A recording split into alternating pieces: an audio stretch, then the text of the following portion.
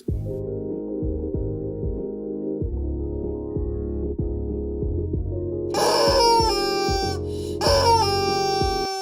it live. I'll write it and we'll do it live. Hey, we're Oh. live. I'm Arthur Spooner, and that's Judah Buddha.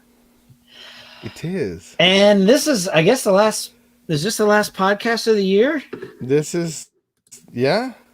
Wow. Take that, 2020. Suck it. I saw that was your Yeah. the title. Yeah. So, actually, I think there's one more. So don't suck it yet. So I think that we have one more, don't we? No. Oh, yeah. Friday. Yeah, you can still suck it. All right. You can still suck it, 2020. All right. Welcome to the Chicken Foot Podcast. And please follow us on Facebook and YouTube. Quick, follow us.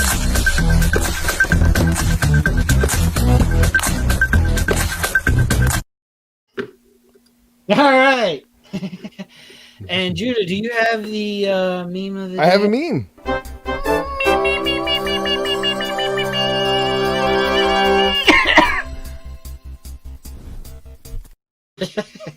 All right. Meme of the day. Let's see this bad boy. All right. Your 14K mile old oil filter watching you buy fake eyelashes.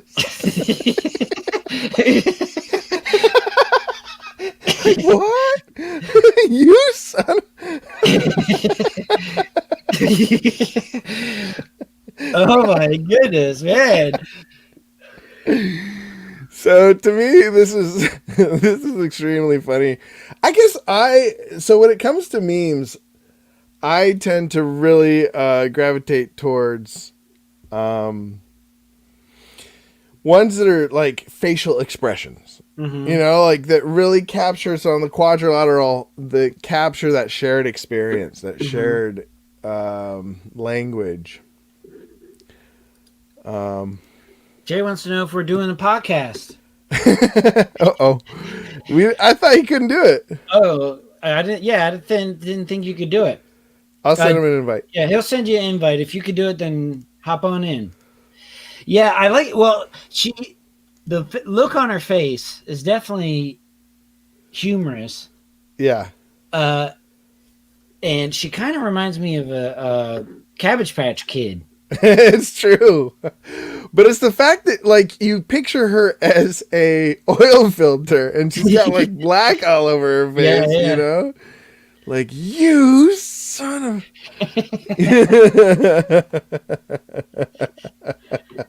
And then you start thinking about it like, yeah, people like, I could get another couple miles out of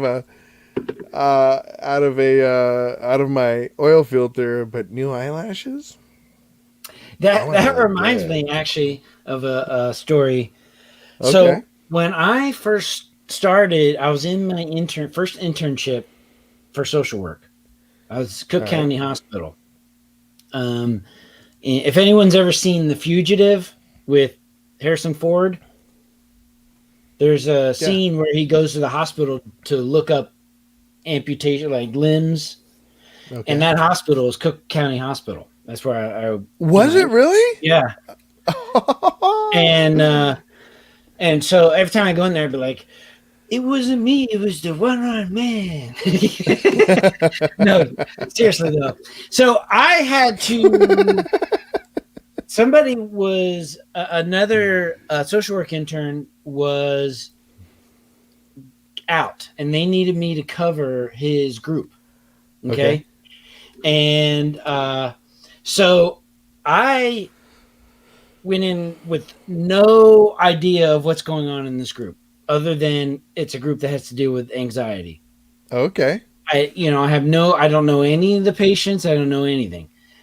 And so this guy comes in and he's walking in and he has like one of those rolling suitcases, like a smaller one that you could put in the, above you.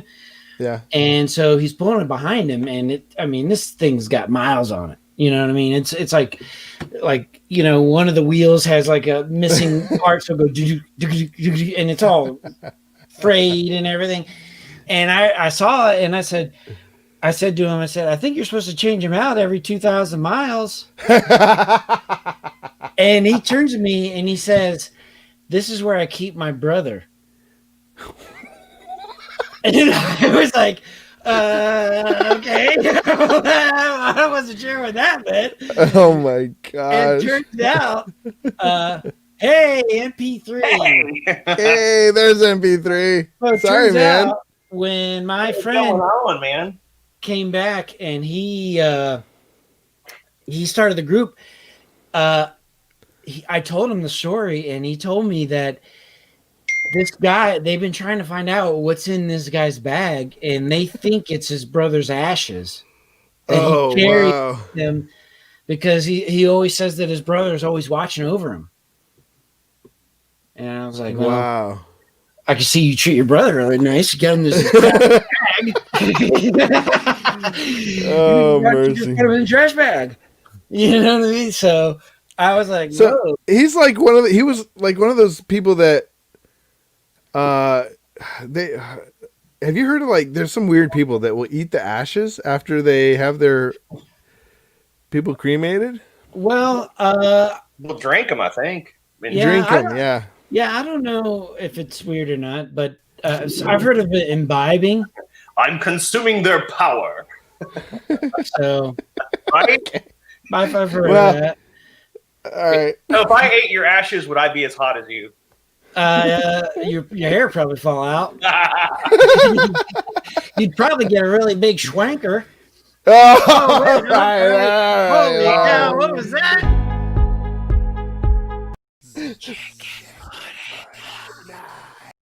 Is that a countdown? Wow.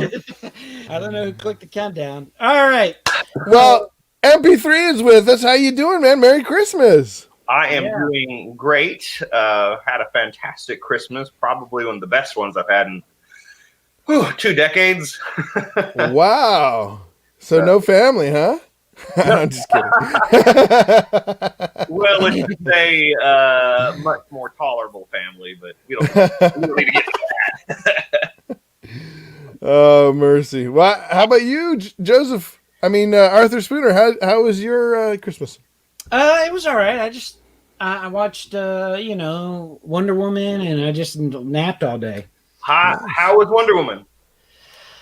I think it was pretty equal to, if not a little bit better than the first one. Oh, okay. Because so far I've heard like negative stuff, so I didn't. Me too. I thought it was humorous. I think it's like a soft reboot Okay. because the first one was a little bit more darker, intense. Gotcha. You know what I mean? More trying to be real. I like Gal Gadot. She's And this one, the 80s are fun, silly, and all that kind of stuff. So it's kind of got that vibe on it. the 80s are weird, man. Really, really weird. So they didn't have as much camping? Camping? It wasn't as intense. Uh-huh. Oh, Well, mostly under the stars. where's the really horrible joke meme thing? We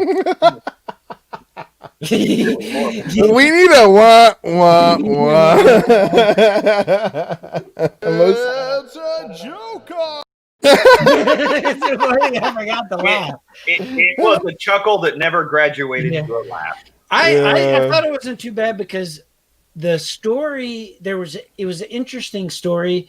I felt like Patty Jenkins, her endings don't quite land as good as the overall movie, but that's for a different podcast. Okay, sorry, I didn't. This is comedy, and so Jay, I'm sure you remember Judah bringing his quadrilateral. Quadrilateral, the social and surprise.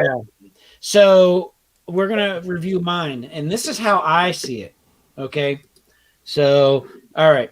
So the one in blue, the top one, is the basic general premise, right? Okay. So surprise is a big element of it. and then you kind of that release and safety and that tension, that thread on either side, and then you got culture there, right?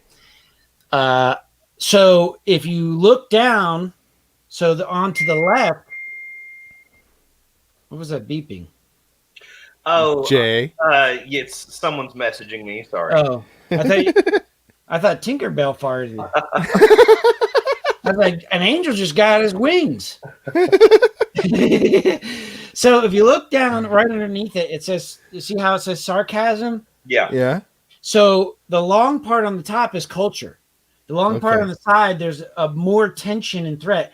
And the release and safety is just like very little.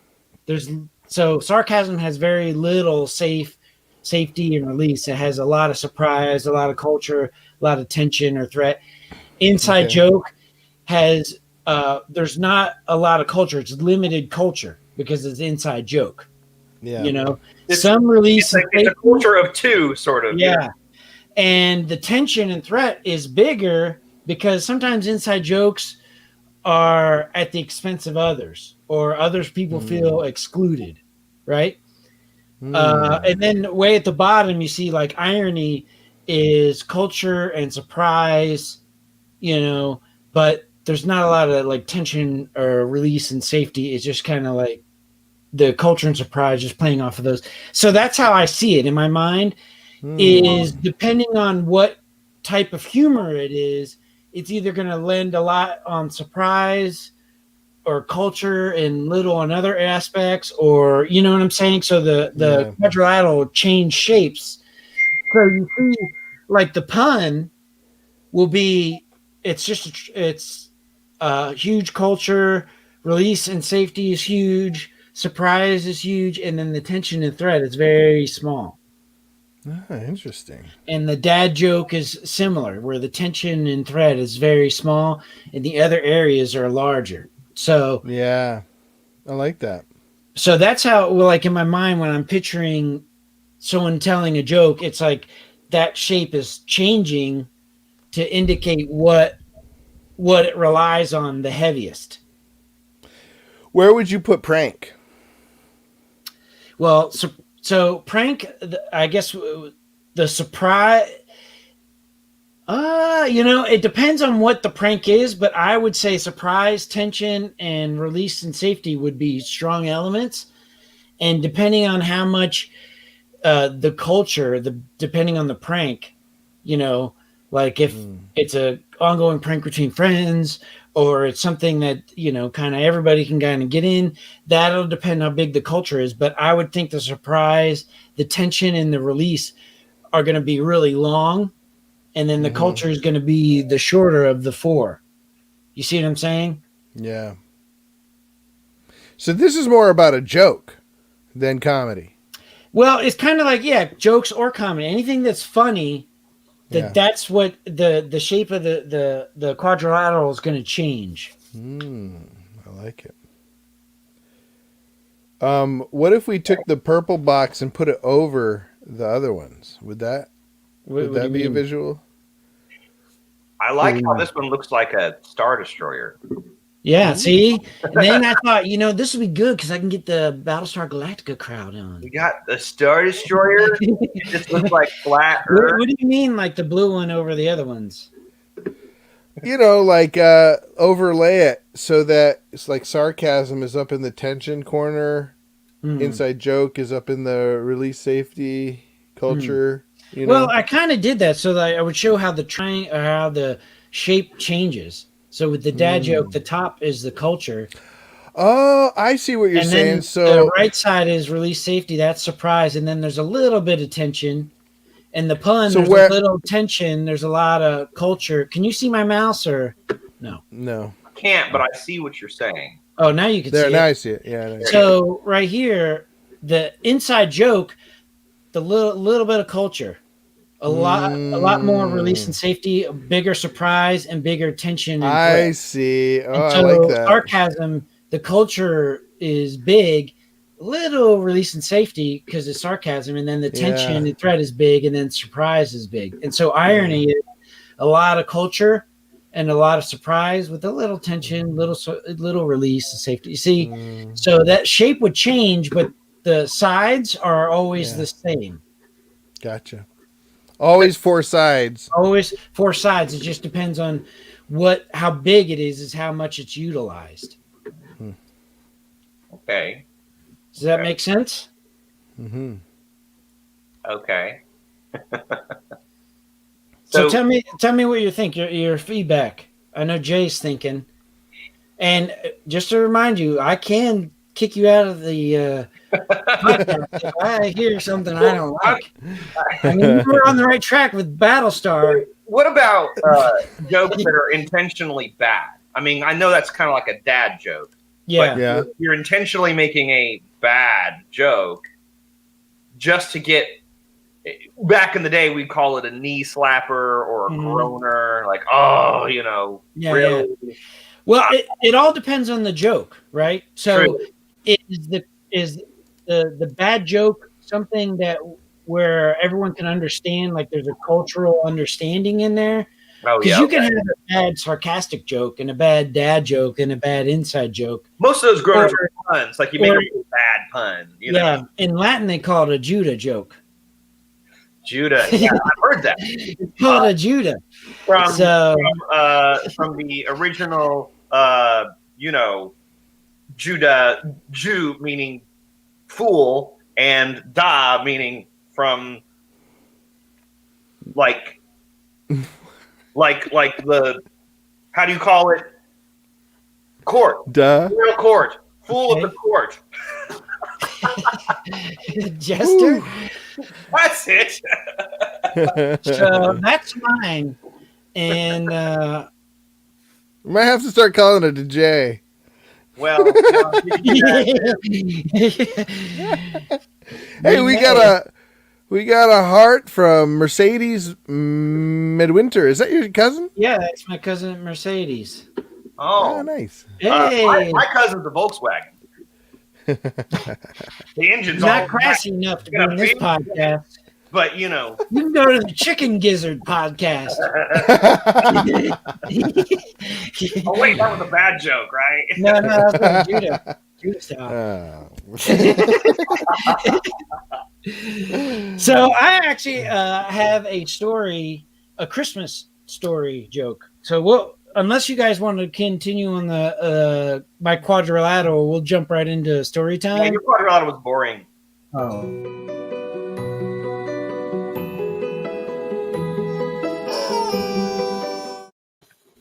All right.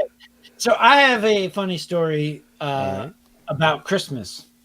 So my nephew Dylan, this was like his first Christmas where he can understand what's going on. You know what I mean? Like he can have an idea of like who Santa is and there's presents and stuff.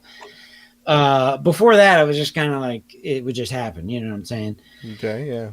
So my brother was trying to explain the tradition of the cookies and milk from Santa. You know, how you leave them out at night. And so the whole night before, they're making cookies. And Dylan's like, oh, I want a cookie. And Chris is like, no, this is for Santa. And so, you know, they left. So, you know, Dylan going to bed still wants some cookies. But my brother's, no, it's for Santa. And so my brother, you know, sets it up to where like he puts a whole bunch of cookie crumbles on there and drinks all the milk except for like a little bit, you know, to make it look like it was eaten and drunk. So the next morning he wakes up Dylan. He's like, Dylan, Santa came, he left your presents. So Dylan like running downstairs. He runs over, sees all the presents, like, whoa. And then my brother's like runs over to the plate and milk and he's like, look, he ate all the cookies and drank all the milk. Dylan runs over and he goes, he ate all the cookies. He started getting upset with Santa because he was hoping that the next morning the cookies would still be there. He's like, Santa, that bastard ate all the cookies. I don't care about the presents. I wanted the cookies. Forget the cookies. Forget the presents. I just want cookies. They're like the kids who just want to play with the box, right? Yeah. Buy them this expensive gift and they just play in the box. You use one of the cookies. Well, now the joke is to spike the cookies and leave them, you know, vodka or whiskey or something. Is that really a joke? They really do that these days? Yeah, to children, like 2-year-old and stuff. You put them in their sippy cup. You've never seen funny until you've seen a drunk 2-year-old.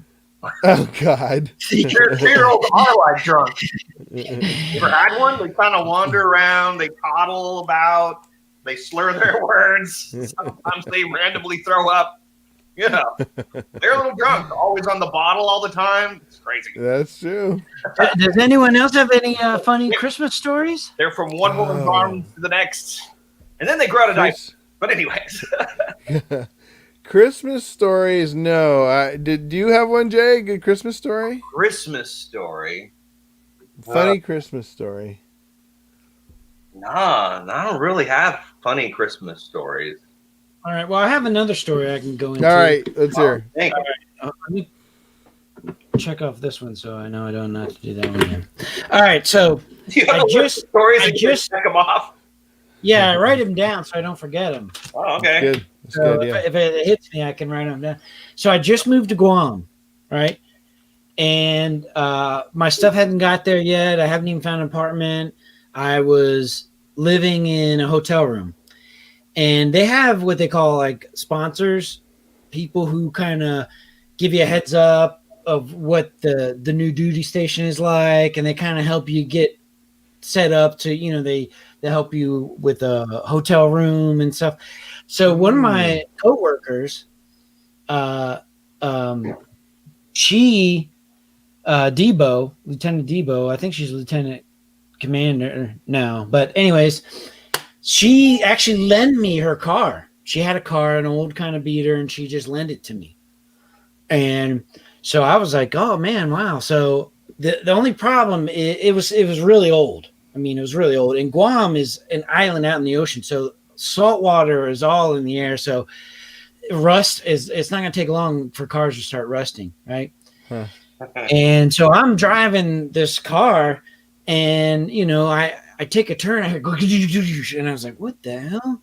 And I'm like looking, and the windows were tinted, but it's so old that there were bubbles in the tint. So it was like hard to see through the tint, you know, because there's bubbles. It was coming off. Yeah. So I'm looking through the windows, trying to look through the mirrors, but the tint is just hard to look through. And I'm looking, seeing, you know, I hear the sound of like flying. And then, and I take another turn. I hear, and then I just see this tire flying out and just like flying next to me and going down. And I was like, what the hell? And I was like slowing down. But then I was shaking the wheel to see if, you know, I would feel like if a tire was gone or not. Right. And I was like, it felt normal. So I, you know, it was in traffic now after I came down off the mountain. I was in traffic, so I couldn't pull over. So I found a spot and I pulled over.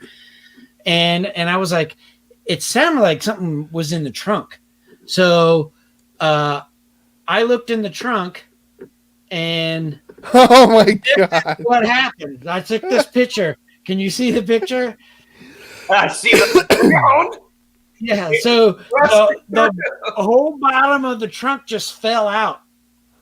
And so what all that stuff was like, first it was the tire, you know, jack, and then it was like all these little different things falling out. And then finally it was the tire, you know.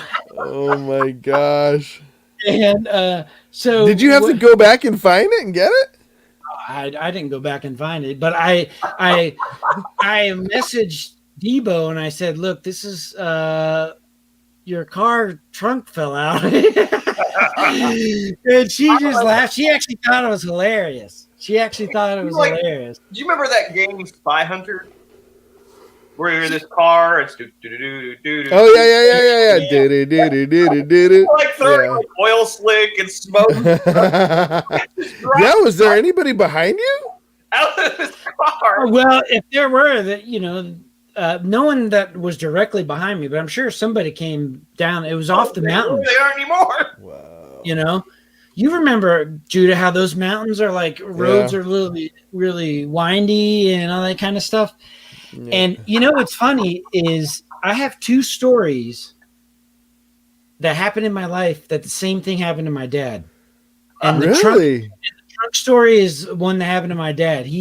When he moved to Germany, he got an old BMW, and he was riding around, and the trunk just fell out of it. Like the whole trunk just dropped as they were driving. Wow. So when you would open up the trunk, it would just be nothing. You just see the ground. So holy cow! That's one of two stories that happened to my dad and happened to me at the same time. Not at the same time, but the two stories. Did he have like a wheel and stuff in the back? I'm sure he had the full everything, So my first car was a 1963 Dodge Dart station wagon. It had a push button transmission. You could roll it down the hill and start it because it had a rear pump, if you know what that is, but that's not important. This car had 400,000 miles on it. It was a slant six. And in Washington State, they put a lot of salt on the ground during the winter.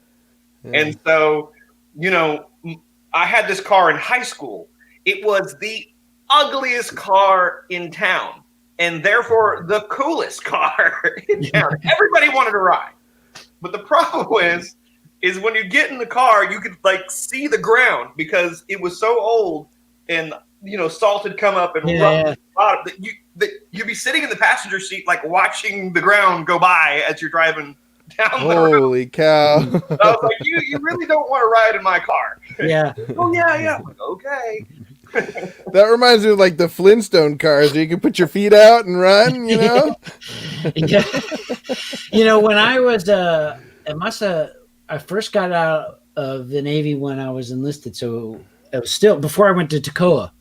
My parents had a Dodge minivan. It was blue, and they bought an updated version. And the back window, how when the windshield wipers, they would have the fluid spray on there. The little thing. Well, it was broken, and so me, my brother, my sister were going to the mall, and my brother was driving. And he tried to use it, and it was power extreme. It would shoot like a water gun, but it wouldn't shoot at the glass. It would shoot it over to the side because it was broken. So it would shoot over the side. You can shoot people. So we bought a whole thing of windshield wiper fluid, and we filled it up, and we would do drive-bys at the mall. And then he would stop on the gas, and the car was like a minivan, so it would go really slow. We're like, go. And we were just drive by, shooting old ladies and everything. Oh, man. The only car Christmas story I have is I had a old green neon, and I was headed to pick up Chanda, to go meet Chanda for Christmas break or something like that. And I had been in a wreck, and so the front was a little bit crumpled, I had hit somebody.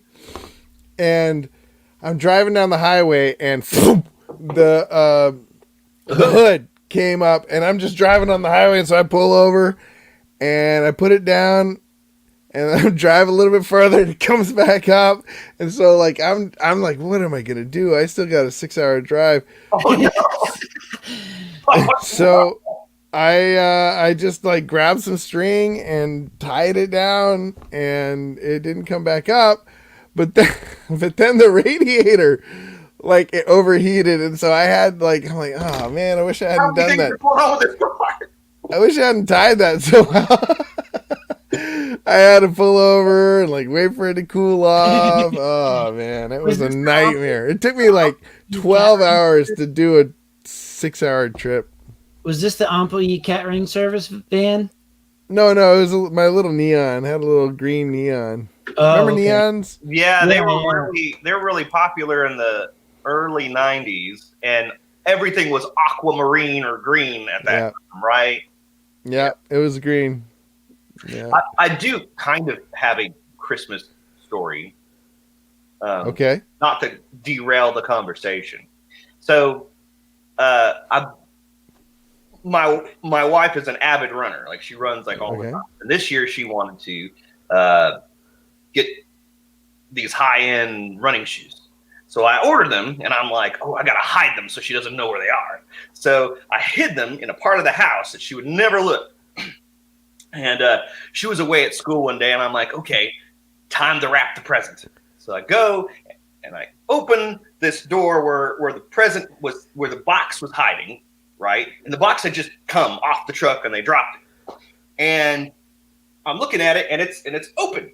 And I'm like, oh no, she found the box and like looted it or something? No.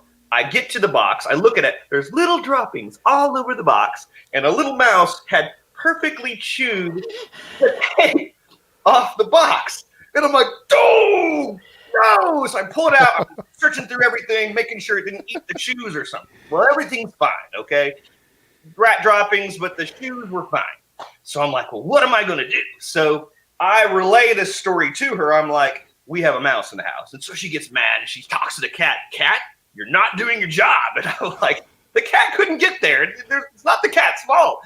I said, it was this mouse. He got in my stuff.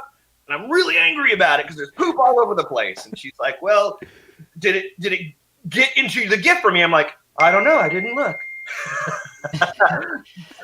So I go to wrap this gift and I'm like, huh. What would be funny if I took one of the shoes out? So I did.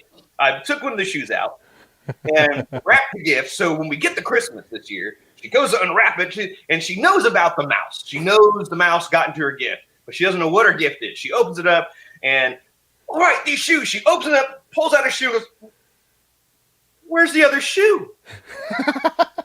And they're thinking like, oh, maybe this was, shoes that were on a shelf, and sometimes they take one shoe out to display it, and they sent me the box of the one shoe, and I go, oh, that stupid mouse.